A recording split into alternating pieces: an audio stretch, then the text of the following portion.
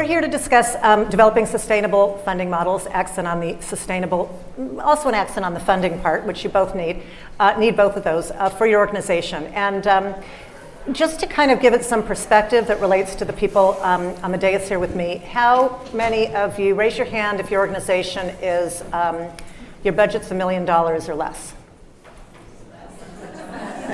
Okay. All right. And raise your hand if your budget is $5 million or more. Okay. So, and raise your hand if you're in between. That's going to be all the rest of you. But you can raise your hands so we can see how many of you there are. Okay, great. So most of you are from smaller organizations, but that actually might provide a benefit, and I'll kind of explain to you a little bit how. And then I will, I'm just going to talk for a couple of minutes about what I do and why I think that you're all in a really excellent position. Also that you're actually here, but you're in an excellent position for doing fundraising in 2023 style. So I'll explain a little bit about that. It will not be depressing, I promise. And we will then talk to the head, Kari, and to Mike, the heads of both a large, older organization, established organization, and a younger organization as well, and how they work. And we'll do a little bit of Q&A with me, and then we will go into doing it with you. So this is not going to be a whole bunch of just talk amongst ourselves. And so think about questions, and then you'll raise your hand, and somebody will bring you a microphone, and you can answer questions. Ask your questions. One of the things that I think is important with any seminar is that if a term is used, you guys all come from different backgrounds. If somebody uses a term or a statement, whether it's something about a philanthropy term or it's a medical term, and you don't know what it is, raise your hand, and we will stop and we will get the answer to that. Because if you don't know it, there's a really excellent chance that somebody else in the room doesn't know the answer to that either. So better we go on than you keep looking online and trying to figure it out while we're talking, or whatever. Okay, so I, just a little bit about me, and then we'll get on with the excitement and all this good stuff. So I actually teach philanthropy. I teach philanthropy to donors a little bit, but really my main work is teaching fundraisers how to raise money in today's terms and times. So what we have learned, and I have a book that you'll see outside called, well, actually I have a new one called The Fundraiser's Handbook also, but the first one's called Philanthropy Revolution. And that name was chosen carefully because I believe, and most of my colleagues in the industry, a lot of advisors and a lot of heads of nonprofits believe that there does need to be a revolution, which means that it doesn't mean you throw out the baby with the bathwater, but it does mean that you go in with open eyes and that kind of anything is possible. And if you go in with that, if you go talk to a donor with that in mind, you're actually much more likely, without all the rules that you might have read about or heard about, and you have to do this and whatever, then you will have a better situation. I'll explain to you really quickly just one example of why I got into this, and that relates to what all of you do. My husband has Crohn's disease. I also have kids who have other kinds of things, including some rare things. Crohn's is not rare, but I wish it was. But he had been ill since he'd been about 11, and back and forth with surgeries and all the stuff that you guys are familiar with in all of your different worlds. And we were raised, both of us, very middle-class families, and we were raised with middle-class background. The word philanthropy was never used in our households. Not because it was a bad word, but because that was for somebody else who was big and expensive and over there. And so we donated to sort of, our synagogue and to PTA and to school things and that kind of stuff. And that's what we did. And one day we found ourselves in the position of being about to have an IPO with a company that my husband had run for about 10 years. I was just in the process of selling my company, which was in the fertility business. And we realized that we were going to become overnight extremely wealthy. And we were a little frightened by that and really excited, but mostly nervous. And we didn't want our kids to grow up to be, those people. So So we're sitting in the house about 10 days before the end of this thing called a road show, which you do when you are having an IPO and going to do that. And they don't know that it's real until it's real. So I'm guessing you both probably know about this story. So they tell you just can't. And I had 5-year-old twins at the time. I have three older children, and I'm supposed to be ready for this world to change, but yet it might actually not happen. And oh, by the way, I'd had to hire all these attorneys who did things that I didn't even really know existed, but like specific kinds of trust attorneys and things like that, and people dealing with the IRS so that we don't, they said so that we don't have to wear orange, meaning orange jumpsuits. So they told us all this stuff. And so we were nervous, and about 10 days before the IPO, my husband and I were sitting in the living room talking, and it was the last time I was going to see him until that moment. He was going to be off on a private plane doing his whole thing, until that moment when they said, it's either happening or it's not. So either you owe a whole lot of money to attorneys and you don't know how you're going to get it, or you're ridiculously wealthy and good luck. So we were nervous, and I said, why don't we, in anticipation of this, why don't we figure out each pick something that we want to do that's going to help change things. Like, where do we want to, like our first gift. And I don't think I even said the word gift. I think I said our first donation. And he said, and by the way, I thought everybody in my position would have that conversation. And sadly, I found out that I'm a little bit wrong. But there are people having those conversations, I believe, almost every day. And we're just ignoring those people. But anyway, and I'll explain why in a little bit. But so I said, why don't you go first? You decide what you want to do. And he said, well, I want to make sure that no child ever goes through what I went through, and I'd like to find out what the genetic components are of Crohn's disease and how we can fix that and how people can know what they're getting into, and hopefully we can get to a point where Crohn's disease is eradicated. And I said, great, how do you want to do that? And he says, well, I want to find out where the best research is being done, and I want to fund that. Okay, great. Where do you want to go? And I said, we'll go to Cedars-Sinai Hospital, which is where he'd had most of his surgeries. And he said, no, let's go to Stanford, because I don't think Cedars-Sinai does research. Turns out they do billions and billions of dollars of research, but they just didn't publicize it, so we didn't know. So I said, fine, you go on the roadshow thing, and I'm going to start doing some research, but I'm not going to go to Stanford first. I'm going to see if they have something here locally. And it turned out that they did have an amazing doctor, doctor, geneticist, et cetera, who had just moved here from London, who was starting an organization at Cedars-Sinai, starting a lab, a research institute, if you will.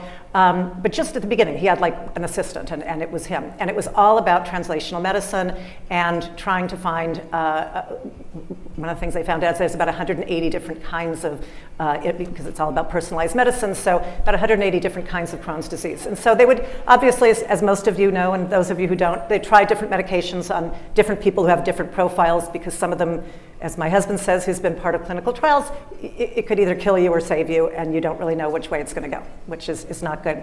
So it turns out that, so I called Cedars-Sinai. I didn't know who to call. I met some people who knew some people. They gave me the chairman of the board. The chairman of the board brushed me off and was very nice, but said, oh, call this guy. I call that guy. They won't take my call. I end up making these phone calls. I'm pretty frustrated, and I get and why am I frustrated? And there's a reason for all this. I'm frustrated because they wouldn't take my calls because they didn't know my name, because I hadn't been one of their usual, I call it the usual suspects. So therefore, I didn't count. I was invisible. And so eventually they took my calls, and it took 7 months for them to accept a $2 million gift from me. Not because of paperwork, where we endowed a chair in genetic IBD, research, and it wasn't because of that. It was, we moved really quickly. They kept showing me numbers, and then I'd say, fine, any of these are fine. Let's go this direction, and then, crickets. And it went on several rounds of this, and I thought, wait, I don't understand. Is it really that hard to give away money? I'm like, why is this so? It is. I don't understand. And literally, it is. And the situation was with our public offering, even though it hadn't happened yet, everything was filed with the SEC. They could have looked up in, 45 seconds online in a public database, and they'd be able to see exactly how much money we were likely to get in that part at that moment in time. But they just ignored it. So eventually we did give the money. The good news is that, the bad news is that the guy who kept kind of saying, see you later, kind of isn't there anymore. But we didn't have anything directly to do with it. It was they made that decision. I ended up becoming very, very involved in Cedars-Sinai Hospital, and that doctor was, and I also thought, wait a minute, what is $2 million going to get you when you're starting a new research institute? Because the way that these work, for those of you who aren't familiar, is it usually gives off about 5% a year, which is about $100,000. So what are you going to do with $100,000? That'll basically pay part of his salary. So I don't understand. And so we actually became really good friends with this doctor, and he said, oh, no, I can leverage the money. And I thought, okay, this is a big new world here. I don't understand this, but okay. And he took that $100,000 he was going to get, and the fact that it was somebody who came off the street and put the money, gave him the money. We weren't a foundation. We were a private couple. He immediately got a $1.5 million gift. Actually, I think the first one was from the Helmsley Foundation, and parlayed that into millions and millions and millions more dollars because of that start. And they now have about 25 people and doctors and researchers on their team, and it's been a huge success. And the medicine and the different concepts that they're coming up with and protocols are being used all over the country, all over the world, actually. So the message there is you know, there's people who are, like I said, who are becoming wealthy every day. There's also people who become wealthy a long time ago and nobody will talk to them. If you are under 50 years old, something like that, no one's going to talk to you. And I constantly, and anyway, this is how I got into this, because I said this is so incredibly ridiculous. We gave another gift at the same time to our synagogue. It was to help them restore the sanctuary. And when I called my friend who's a staunch feminist, who was the head of the synagogue, a rabbi, and I said, I want to let you know, we did this thing, Josh is going to give his money to Cedars, we're going to give our money to you, and it's going to be $1 million. And I called and said, this is what we're going to do. And I'm thinking, I don't know what the response is going to be, but I kind of expected it was going to be like Publishers Clearinghouse, right? And there was going to be like the bands and the whole thing, and the balloons. And I said, we've decided that assuming this thing happens in 10 days, we're going to give you that final $1 million. And she said, I don't know what to say. I said, I guess you could say thank you.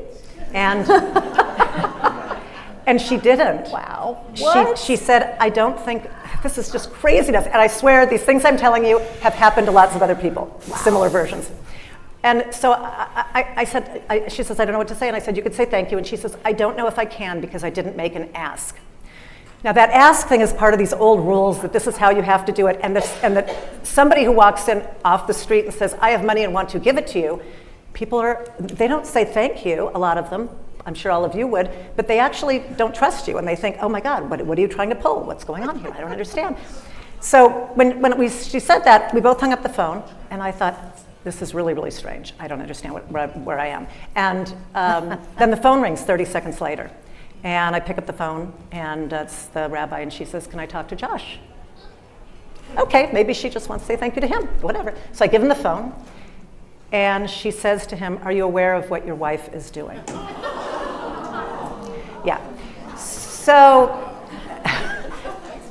sorry to tell you that, but I guarantee you things like that are happening. And so I think I'm a glutton for punishment, but if there's people around like me and they're being treated that way, most of them would have said, forget it at that point, and put their money into donor advised funds or leave it to their cat or something like that, because really and these people are all around you. They are all around you. The biggest amounts of bequests that come to different organizations come from the biggest amounts. There's a lot of different large amounts, but every bequest, let's say 50% of bequests that I hear about, so this is someone passes away and leaves their money to the organization, right? About 50% of them, the information comes into the office and someone in the office says, I don't know this person. Do you know this person?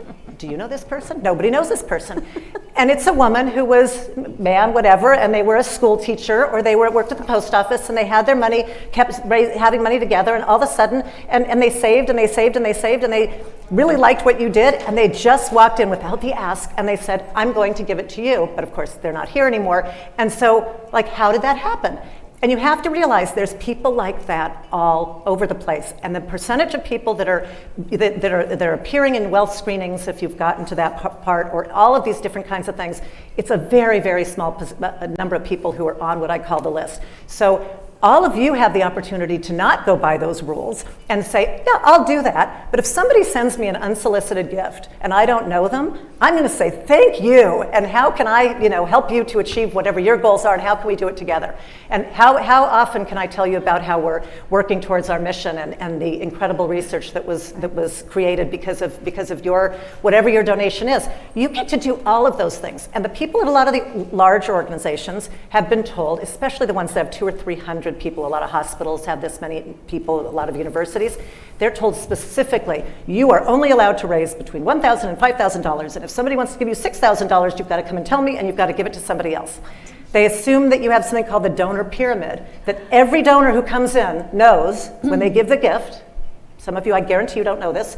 When you give this gift, you are supposed to know, I was supposed to know, that I'm expected to make an annual gift the next year. So people come back and say, well, we'd like you to increase your annual gift. And I think, I never agreed to an annual gift. I don't understand. Why do I have to do this? The reason you have to do it is because about 100 years ago, something like that, this donor pyramid was created. Finally, I am happy to say that in the last 3 to 6 months, because all sorts of new statistics came out about how donors are starting to not give as much and not as many donors are giving, that the industry kind of, and this is a big industry, and they kind of took note of that and said, oh my gosh, what are we going to do? And someone said, maybe we should get rid of some of these things that we do.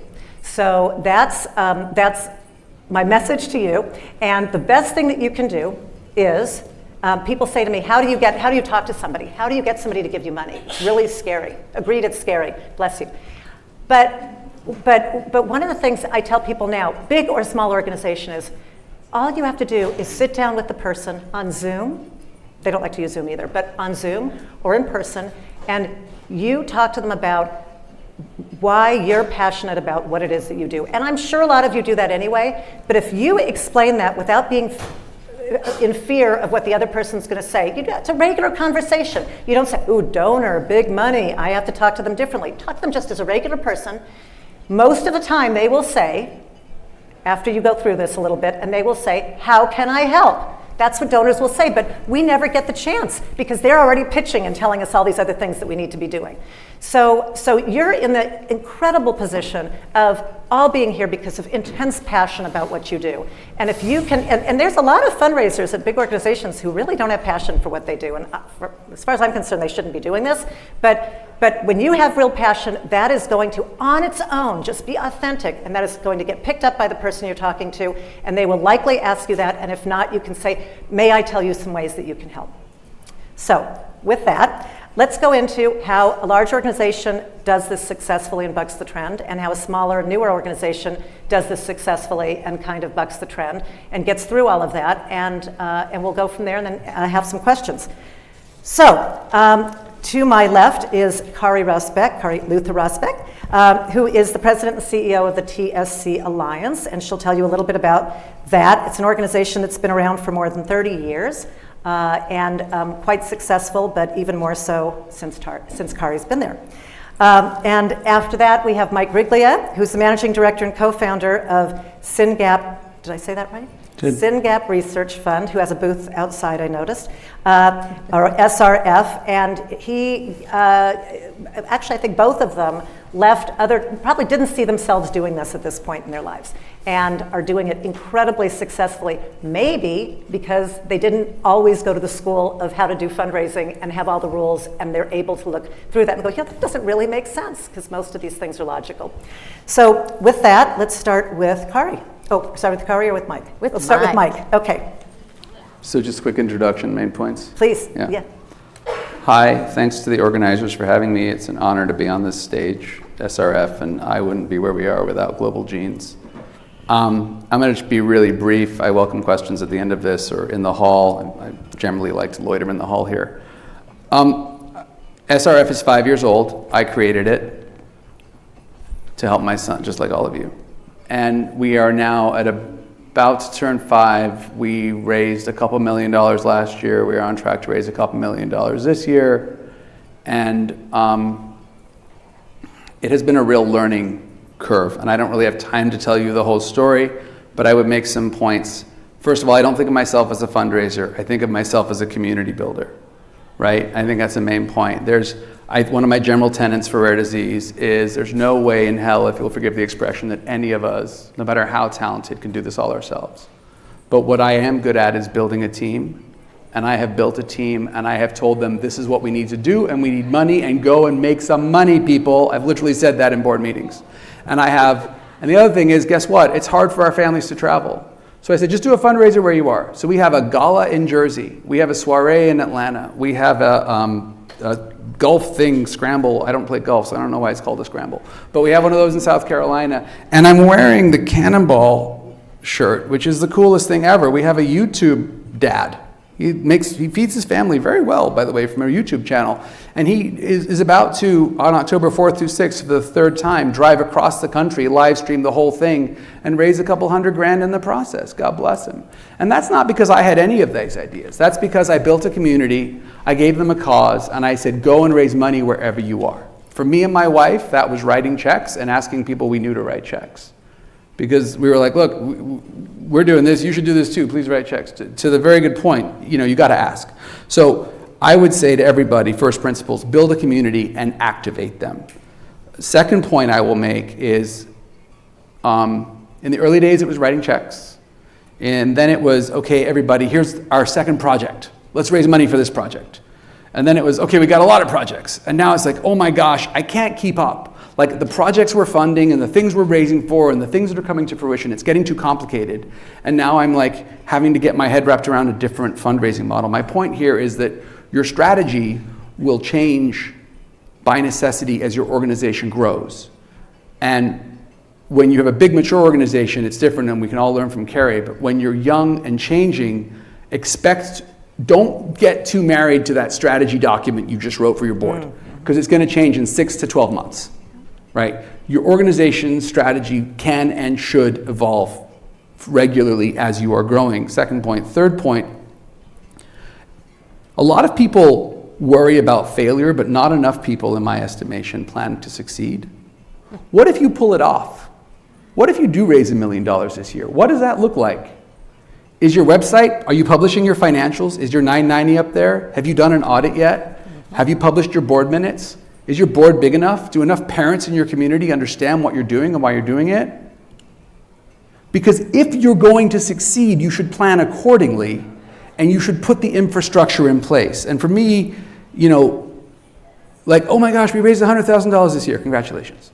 If you want to raise $1 million next year and $5 million in 3 years, what's ready in terms of building your credibility, your transparency, publishing your finances, like plan to succeed and put things in place accordingly, which brings us back to, wait, Mike, that's a ton of work. Yep. CA, build community, empower your team, put things in place. Because for me, fundraising is about saying, and I say this to my families, people come to me, Mike, there's got to be a foundation. There's got to be a rich person out there. I'm like, you go find the rich person. Knock yourself out. As far as I'm concerned, the only people who give a damn about our kids are us. And I've asked all the rich people I know, you should ask all the rich people you know. But it's us, people. This is it. We got to do this. And everybody needs to get off the bench and get in the fray. And that's what I say to my team. And then I encourage people to fundraise in all different ways. And that trick has worked for about 5 years. And now I'm learning, okay, I've got to pay attention to Kari. Good news, I'm going to shut up and let Kari talk about how we do this differerently. Because SRF is now at the point where I am studying the organizations that are bigger, faster, smarter than I am, Kari, Dravet, STXBP1, others, and saying, okay, how are they doing it? Because I can no longer do like, oh, we're doing for this project, because I got 5 projects cooking right now. It's just... to my second point, we are having to grow and change all the time. But for me, the way we have succeeded is by me empowering and activating my community and making sure there is an organization there that can sustain the complexity of more and more fundraising. I haven't even talked about Salesforce and data. But if you plan on being successful and being around for a while, make sure your data of all your donors is not in 5 different Google Sheets from 8 different sources, because that's a hot mess. On that happy note. Okay. Well, I'm going to build on exactly what Mike talked about. I've been at the TSC Alliance for 22 years, and my first job was to go across the country, start volunteer branches of our organization, empowering our community, building our community, giving them a structure to be able to support one another, to raise awareness, and to raise funds. And that raised about 80% of the revenue of our organization through my first 10 years with the organization. What changed after that was we began to work with industry on a couple of projects, and that was a game changer for us. And building research resources that were important for driving research, but also important for partnering with industry early in the drug development pipeline. So those two things I think were real game changers for our organization. In 2011, we also looked really critically at where our funds were coming from. And we made a very critical decision that we didn't want everything to be on the backs of people living with tuberous sclerosis complex. That we really wanted to diversify where our funds came from.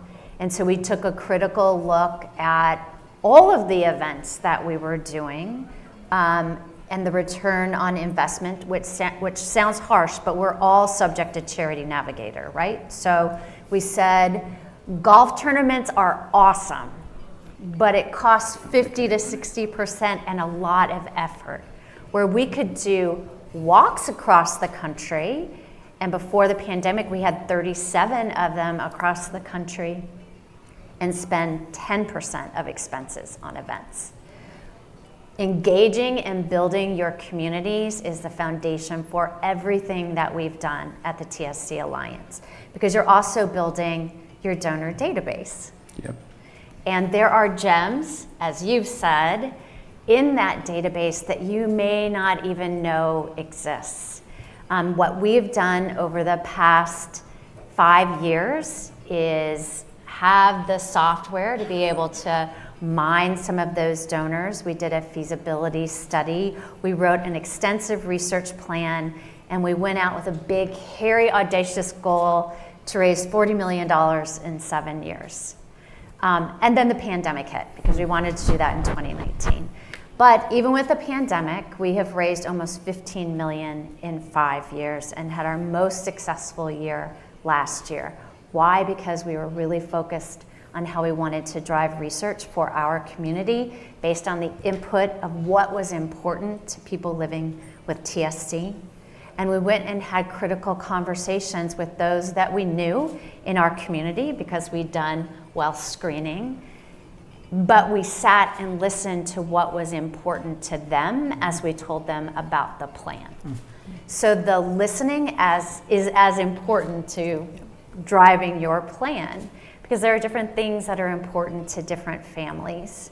And the kind of really creative thing we did, since we're a nonprofit that we don't build buildings, is when we would go, we'd talk with a donor, we'd come back to them with a proposal, we'd always create a fun logo that was displaying of their family's name or their child's name or something that meant and was meaningful to them.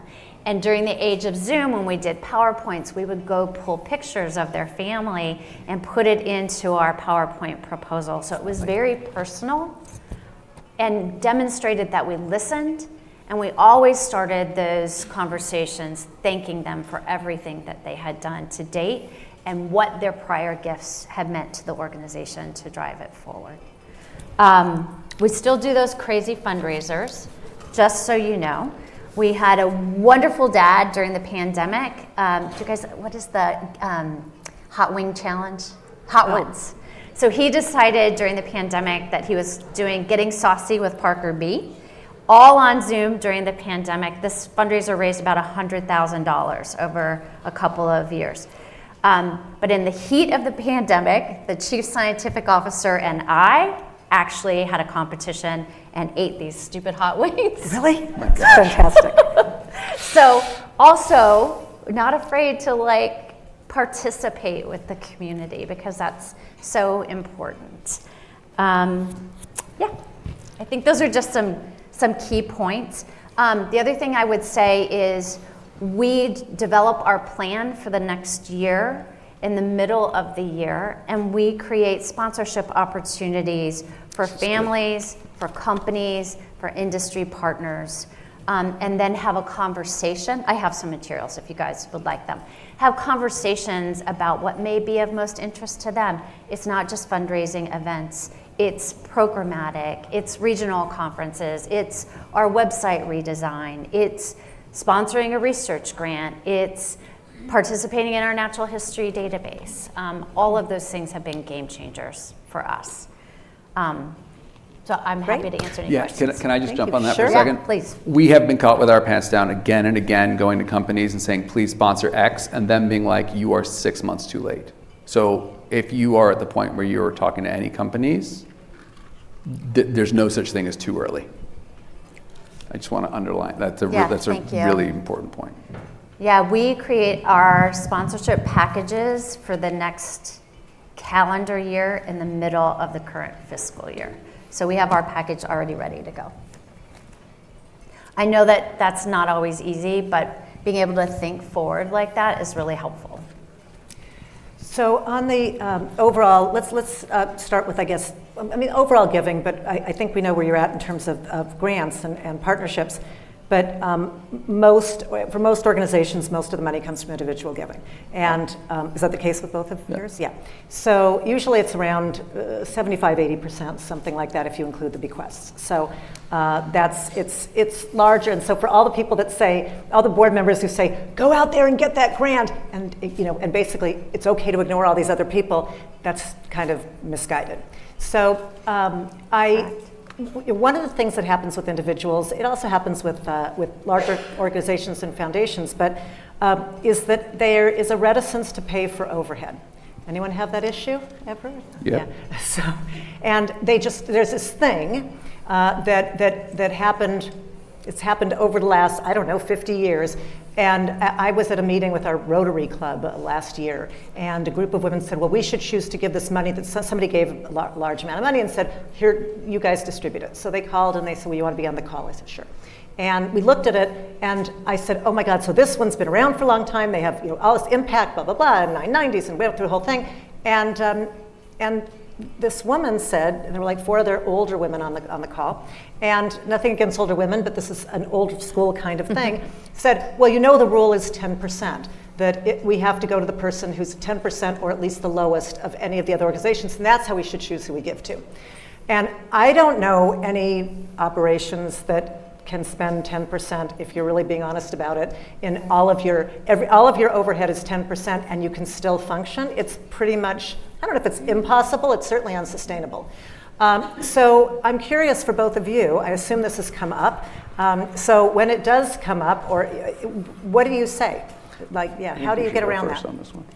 Sure. So most of our events go to general operating so that we can address the most pressing needs of the organization. For our large capital campaign we're doing for research, when we talk to donors, we say we have 15% indirects so that we are able to follow your research project, be able to report back to you and account for your money. And we can only do that if there's money built into this project. And they don't argue with that? No. Right. In our sponsorships with industry, we don't build that in, but it helps cover our educational programs.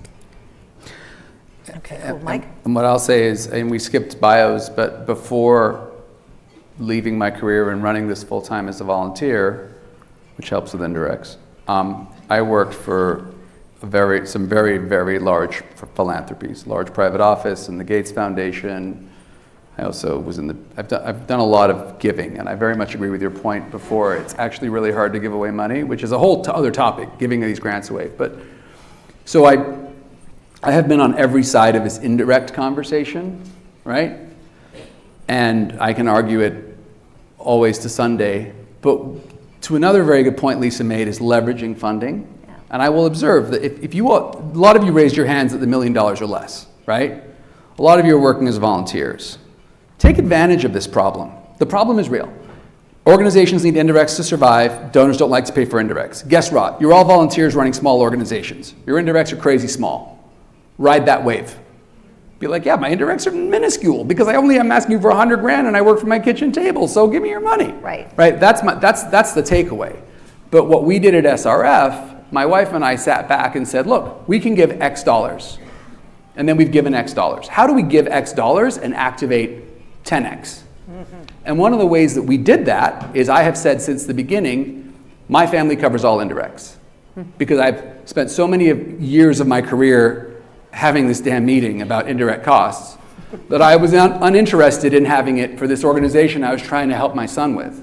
So I said, you know what? All the indirects, they're on me. I'll cover the accountant, I'll cover the website, I'll cover the auditors, I'll cover the lawyers, I'll pay myself. I don't pay myself, so it's easy. I'll buy my own laptop. Whatever. Now, 5 years in, we wrote a check to SRF for $250,000 last year. Starting to say to the board, guys, maybe it's time to talk about indirects. This is getting a little hairy. But, and by the grace of God, we can do that. But certainly in the early years, I would either leverage that you have low indirects, or if you're effectively paying them, ride that wave. And then I would very quickly, which is something I'm living right now, I'm going to own this, we are starting to talk to the board about, guys, we're good for another year, but we are now at the size and the scale where we need to say to the people with a straight face, lawyers, website, these things cost money, and that's coinciding with industry actually being interested in sponsoring. So Kari, I have nothing but respect for TSC. I mean, the big kids should be studied carefully. The truth is, a lot of us are so early in preclinical development that industry will look at us and say, it's nice that you want our money, but you're too early, you're not in our pipeline yet. So thankfully, SynGAP is at the point where I can start to talk to industry about sponsorship, and that should offset some indirects. But it is a very tricky issue, and if you're in startup mode, I would take advantage of the fact your indirects are small, but then I would very quickly pivot to studying how Dravet and TSC and others articulate it, because it's true. If your organization is going to be sustainable, like when I stop working for free as the head of this organization, I'm going to have to pay someone. And that's going to, and we are now raising enough money that you can have that conversation with a straight face. But in the early years, I would just take the issue head on, have an answer, and donors are looking for an answer, not the answer. Right. I find. That's right? You need to just have your talking points crisp. Sorry, I droned on. Well, it's interesting. I was on the board of a large foundation in Los Angeles, and what I observed, they had something called the cutting edge grants, and I was on the committee for this for, I don't know, about 5 or 6 years, and the grants were about $250,000 over 3 years. That was kind of the standard thing. And they had some of these rules, and they were very much old school about this. Let's make sure that you're not buying Ferraris, which is a whole. I don't think you're going to when you start getting some money, you're not going to buy a Ferrari instantly with it. I mean, people don't do that. That's a very small portion of people around. But what I found out, what they're doing is they were funding these organizations, and it was a 3-year term. You might have seen some of this. Maybe you both have. And there was a large amount of it that had to be data collection and furnishing data about success as in exactly the way that particular foundation wanted, actually in the way that the particular person at the particular foundation wanted. And it was time sensitive, and a lot of people hired people and that kind of thing. So what we found out is that they would have the first year, they would be getting going. The second year, they would be starting to raise some money and doing great. The third year, they were focused on data and reporting, and then they would go away, and then they would come back. So I was there long enough to watch this. Year 4, the same group would come back with a new organization, might have even been doing a similar thing, new name, and pretend that, oh, we're just new, that other thing, we learned some stuff, and we're going to do this. And so if you tell a donor that this is how it's done, I mean, I don't know anybody who has money who wants to watch it only work for 3 years, especially when most of the things you guys do are long term, and then have it go away. I would much rather give you the money to do this the right way. There is no reason, you don't, by working for a nonprofit, there's not something that says, well, you're starting a nonprofit, therefore you must starve and you must do everything on the cheap. Because donors can see that, and most donors that I know, if they're just faced with it, the funniest thing I learned was that they did a study and they asked a bunch of fundraisers, 1,500, something like that, how they felt about asking for money to cover overhead or indirects. And 83% said they felt somewhat or extremely uncomfortable asking a donor for that money. So they won't even ask. It's just sort of like assumed that the donor's not going to want to do this. I don't think donors are idiots. I think donors know that having something successful means that you've got to feed it. And thank you. And I think that we need to be more aware of that. But if you have an authentic relationship with the donor, you'll be able to have that conversation. You'll know how that donor feels about it. And all of those rules will just go out the window because they have a relationship with you, they have passion, you have passion, and you're going to make this work, and you're going to need money to be able to not just pay the bills and put a roof over your head, but actually to do well and to make it be sustainable, to create something sustainable, because I think long term that's what donors really want too. Anyway, go ahead. Can I, sorry to interrupt, but I really wanted to give the opportunity for some questions. Great, perfect. Yeah, absolutely. Does anyone, please raise, oh, there we go. Okay, great, thank you. Oh, please identify yourself if you don't mind. Wes Rogers with Sertra Syndrome. We're very new. We haven't even established our foundation. There's just a few families here in the States. I was wondering if you could share a little bit more on the timeline. You said you plan kind of is it 6 months out? Mm-hmm. But then when do you start engaging? Is it right at the first of the year, or can you speak to timeline? Sure. So we find out when, you're talking about sponsorships in industry, when their fiscal year is, because they are in a budgeting process. So some start to look at budgeting in July or August, and so we start thinking about being ready to have those conversations by August. Great. Good answer. We have another question? Yeah. Hi, my name is Andre Harris, Sickle Cell Association of Houston. My question, my organization, I'm a board member. It's a very small family-run organization like the most of us. We have been running into issues with like trying to develop a sustainable funding model because there are a lot of people who are private or industry donors, or even, just in Houston, there's a lot of oil and gas money, people looking to give money away. But we'll make a real detailed pitch, we'll, invite them to our events, all of that to try to, I hate to say it, but woo them. And then they say, oh, well, we decided to give it to the Cancer Society because our daughter had cancer or something like that. And there are not many millionaires that have sickle cell or have kids with sickle cell. I guess my point is, how do you, I hate to use these words, but convince donors to donate or to, fund, help fund your organization that's doing great work when it doesn't hit home for them. And it's hard to kind of convince them that this is an issue, this is a great cause. We don't have the access to the resources. I hope that came off right. There you go. I guess what I would say is, if I remember the first project SRF funded, that was where I went to the community and asked for money, I had something to fund. Funders were trying to do good work. Everyone and their mother's trying to do good work. Here is a scientist, here is a cell line, we're humans, we function on stories. This is the thing that needs funding. I run into too many people who are like, oh my gosh, I need to raise money. And then I say, what are you going to use it for? I don't know, we're going to figure that out later. Wrong answer. What needs to happen? Go talk to the scientists, and they say, well, you need $100,000, 200 mice, whatever. Great, give me a story, scientist. Right. Tell me what you want me to fund, and then go to those people and be like, here's 20 cute kids, because everyone likes cute kids.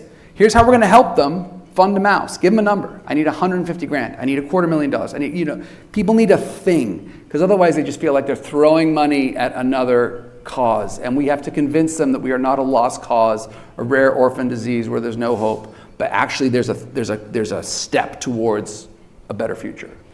Give them that. Yeah, I think storytelling is really important. So outcomes, milestones, but how are you going to impact that individual's life?